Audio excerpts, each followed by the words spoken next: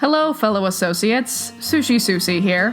Turns out a lot of people really wanted to hear my community rant from my last video because I sped it up so that no one could actually hear it, but a lot of you were interested in hearing the actual thing, so here goes. I have a segment for each of the characters, and so the first character that we're gonna start with is Senior Chang.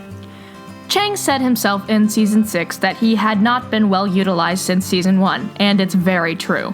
When he has actual power over the study group as an authority figure, his character made much more sense. Making him crazy was such a weird choice. He was crazy before, but it was much less pathetic in the beginning. The way he obsessed over being in the group made him a very obnoxious character. He was much more interesting when he didn't need so desperately to be a part of the study group. My dad had an idea for what he wanted to happen with Chang's character, which I really liked. He said that he wanted Chang to be their professor for every class they tried to take together. I think that it would have been really funny if the study group was trying desperately to escape Senior Chang, but he somehow ended up being the teacher of like 40 classes so that the dean didn't have to spend money on as many teachers or something. And up next is Shirley. Shirley was a good character, but there are definitely a few key things that I would have changed about her. Her character development lacked. She showed a lot of growth, but she never really seemed to fully get the memo about how she needed to change some of her toxic traits. I think that she definitely needed to put more effort into educating herself about other religions. I also wish that she hadn't gotten back together with Andre. Either that or when they got together, they should have stayed together, otherwise there was essentially no point to the arc of their second marriage. And next on the list is Jeff. And this is my longest segment. Jeff. I am disappointed with how they handled his character. The first episode set a precedent for what I thought was going to be the entire show, but ended up only being half of Season 1. Jeff started the study group just so that he could get into Britta's pants. When Britta doesn't take his bullshit, he's forced to reluctantly fall in love with the study group he's accidentally created. I don't think that he should have slept with Britta at any point during the show. He got exactly what he wanted, and he learned virtually nothing. Not to mention, he and Britta's character dynamic was so much better when she had power over him. But then they made her stupid, and they also made her sleep with him. I think that Britta and Jeff could have been like super best friends, and it would have been adorable. But Jeff ended up being better than Britta, and it basically defeated the entire point that the creators were originally trying to make with the show. Not to mention poor Annie. I definitely don't think that he should have been romantically involved with Annie at all. The writers making both Britta and Annie enamored with him in some way at different points during the show kind of enabled Jeff's womanizing problem, his egotistical tendencies, and was counterproductive to his development with commitment issues. In my opinion, he should have stayed with Professor Slater. I know that sounds really weird, but let me explain. Slater was kind of perfect for Jeff. I think that they could have done some really interesting things with their relationship if they had stayed together throughout the show. I think she could have really helped with his fear of commitment, and maybe she could have even inspired him to want to be a teacher at Greendale instead of him going on to be a lawyer and failing miserably and then traipsing shamefully back to Greendale to become a teacher and hating it. I really don't like how it feels like Jeff is being punished at the end of the show. I want to be happy for him at the end. I want to see him succeed. Him becoming a teacher really didn't feel like a success to me. The way they set it up was this. Jeff did horrible things and was a terrible person, therefore he deserved a punishment befitting of his atrocities. But I hate that logic. Maybe he deserved to live out the rest of his life at Greendale, but not because he deserved to be punished, but because he deserved to grow as a character and as a person, and being at Greendale was the only thing that could actually make that happen. He deserves to be at Greendale, but he doesn't deserve to be miserable. Side note, I also think that Jeff could have really benefited from his relationship with Rich. They could have pulled a Good Place thing, where Rich basically taught him how to be a good or better person. And now we're on to Annie. I think Annie was literally perfect. She had the best character development out of all of them. The only thing that I would change would be her constant and unnecessary sexualization and her crush on Jeff. Or actually, I guess her crush on Jeff wasn't the worst thing in the world, but it absolutely should not have been requited on any level. They make constant references in the show to the fact that their 17-year age gap is creepy as hell, and yet they still manage to romanticize it enough for Janny to be the #1 ship in the community fandom. Annie was 18 and Jeff was 35 when they first met. Let that sink in. She was still a teenager. Even if she was legally an adult, it is absolutely no excuse for an entire-ass 35-year-old to be romantically/sexually interested in her. If they made her literally 2 years older, I think that I would have been fine with it, but yikes. Up next is Troy. I love Troy to death. I love his character development more than most characters in the show, but in the end, I do have to say that I'm a little disappointed with what they did with him. Troy's relationship with Abed was upsetting. Don't get me wrong, I love Troy and Abed as much as the next guy, but the way in which Troy was obsessed with Abed was a little unhealthy because I can't help but feel like it was almost unrequited, or it certainly felt like it sometimes on Abed's end. Troy's character was almost entirely consumed by his relationship with Abed. He definitely deserved to be able to show his true self, which Abed helped immensely with, but he was also demoted to nothing other than a sidekick by the end of the show, and he didn't deserve that. Also, that air conditioner repair arc could have been better, but anyway. That brings us to Britta. Britta is the worst, which makes me upset because she had the potential not to be. It's upsetting to watch her be degraded to stupidity because in the first season she's so smart. She's not always super likable, but she's smart. They stripped her of her intelligence, which made her unlikable and stupid. Also, her whole activist shtick was yikes. The show portrayed Britta's activism as performative, so that we would hate her more. Unfortunately, by doing that, it also kind of shed a negative light on activism as a whole. In the second episode of season 1, Britta is wildly uncomfortable with Shirley and Annie's performative activism. But then, in most episodes after that, if she ever brings up anything having to do with politics or civil rights, etc., it reads as incredibly annoying and or out of place. She falls under the stereotype of what misogynists think that feminists are like. Then the creators thought that it would be absolutely hilarious to make her a therapist. Funnily enough, I actually think that Britta learning psychology and training to be a therapist could have been really good for her character development. I also think that it would have been a better comedic bit for her to have succeeded with psychology rather than failed, because I really don't understand what's funny about people saying, oh, she's gonna suck at this, and then she just does. I think that it would have been better if she proved them wrong. And they could have done some really funny things with that, I think. Just think about how funny it was when she ended up being really good at planning weddings when no one expected her to be. They could have done that. I have a feeling that Dan Harmon has a bit of a vendetta against therapists for whatever reason, and that bled into the show, but I don't know, that's his business. Anyways, I don't like watching a character that I'm supposed to be rooting for be hated by everyone around them, especially when there's no payoff. Speaking of no payoff, Pierce is next. Pierce was awful in every single way. I know a big part of that had to do with the fact that Chevy Chase himself was supposedly awful, but I mean, I think that Pierce definitely had a lot of potential. He has so many moments in the show that make you think that there's hope for him as a character, but then they are immediately overshadowed by him doing something horrendous in the next episode. The creators made Pierce antagonistic, and yet for some reason the characters in the show remained friends with him. Every time they're about to kick Pierce out of the group, they decide against it because they find some sort of redeeming quality about him. But his redeeming qualities never actually amount to anything. His development can never be seen, only his potential to develop, and that frankly isn't enough for me. I think that Pierce could have benefited from his half-brother being in the show more often. That relationship seemed to be good for him, seeing how lonely he was. I also think his dad should have died sooner because his upbringing was for sure a big reason for his racism and homophobia. And if he had died sooner, Pierce would have been able to break away from the way that he was raised sooner. I also think that he could have benefited more from being business partners with Shirley. When he wasn't being racist or a sexual predator, I actually liked his relationship with Shirley. It could have been an adorable friendship if they had developed it right. His relationship with Jeff also could have definitely developed interestingly if they kept walking that father-son line. I think that it could have really been good for him and Jeff. I also think that Pierce could have been a better villain. If they wanted to make him the antagonist, they should have committed to it. They stayed in this constant in-between state of Pierce being a villain and an ally. Either way, whatever the fuck they did with Pierce was a mistake. And now we're on to Abed.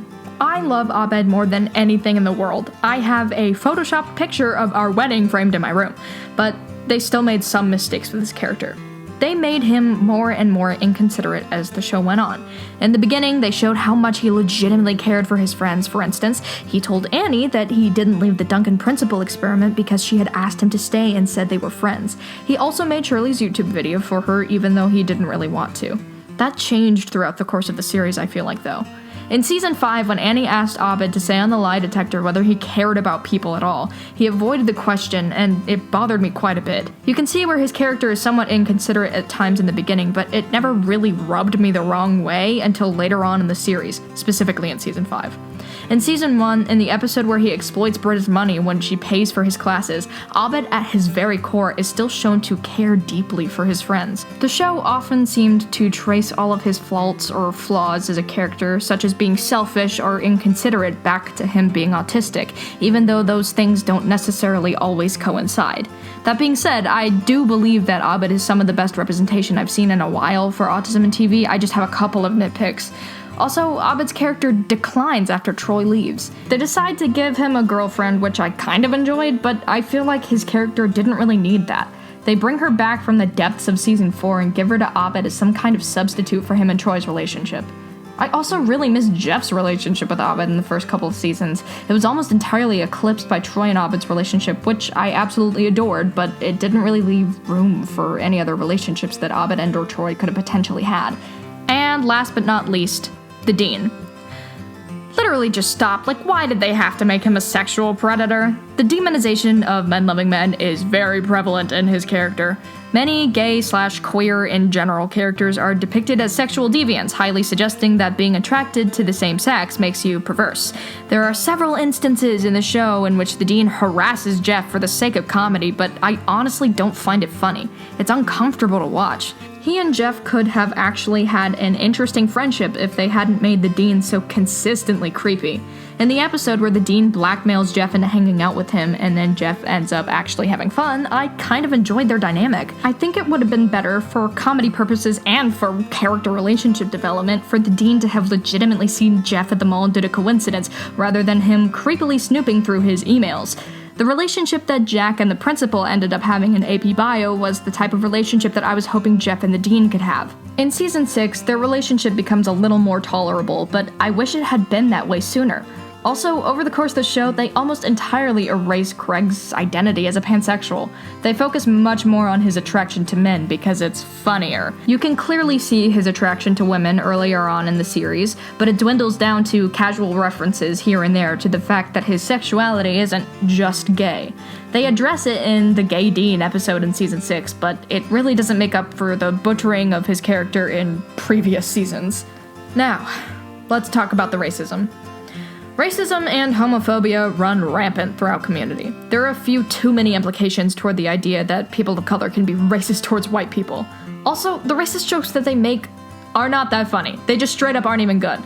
They played a lot of the racist humor off as, haha, let's laugh at these people for being racist. It's funny that they're racist.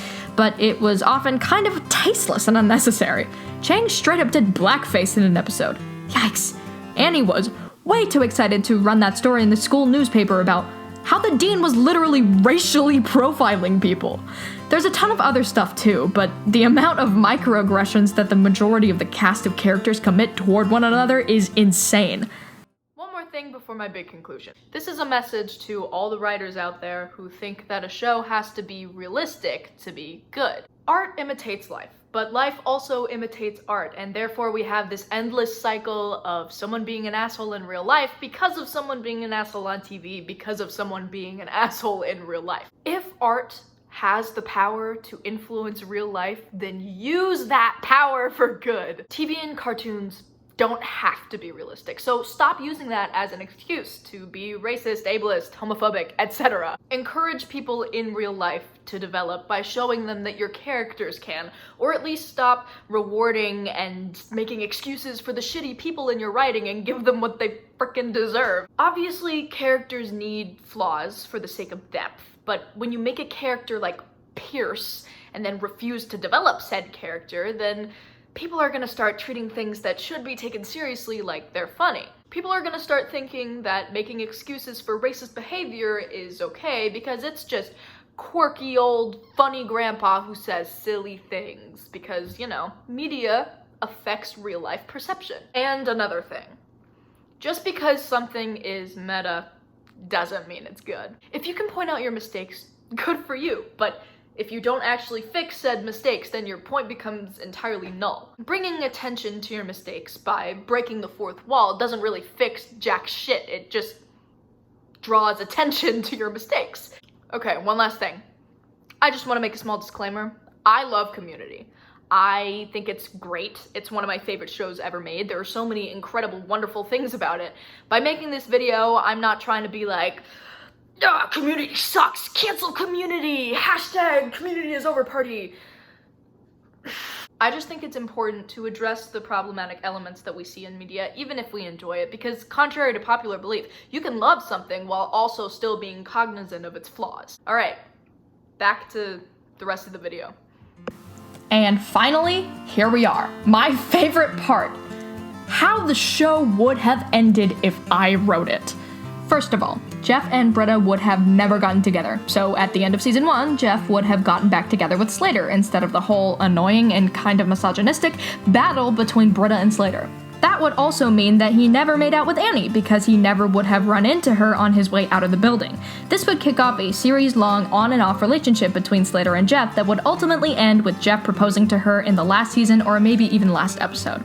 In the episode where Jeff is forced to spend the day with the Dean apologizes for blackmailing him at the end and cries while confessing to Jeff that he has no real friends, and Jeff tells him that he actually had fun and that the Dean doesn't have to blackmail him next time. This kicks off a non-creepy friendship between the two characters, eventually resulting in Jeff willingly becoming a teacher for law at Greendale as a favor to the Dean, who often complains about being severely understaffed. He ends up really enjoying his new job, and for the first time in his life, he's putting real effort into something, because bam, guess who taught him that putting effort into things is okay?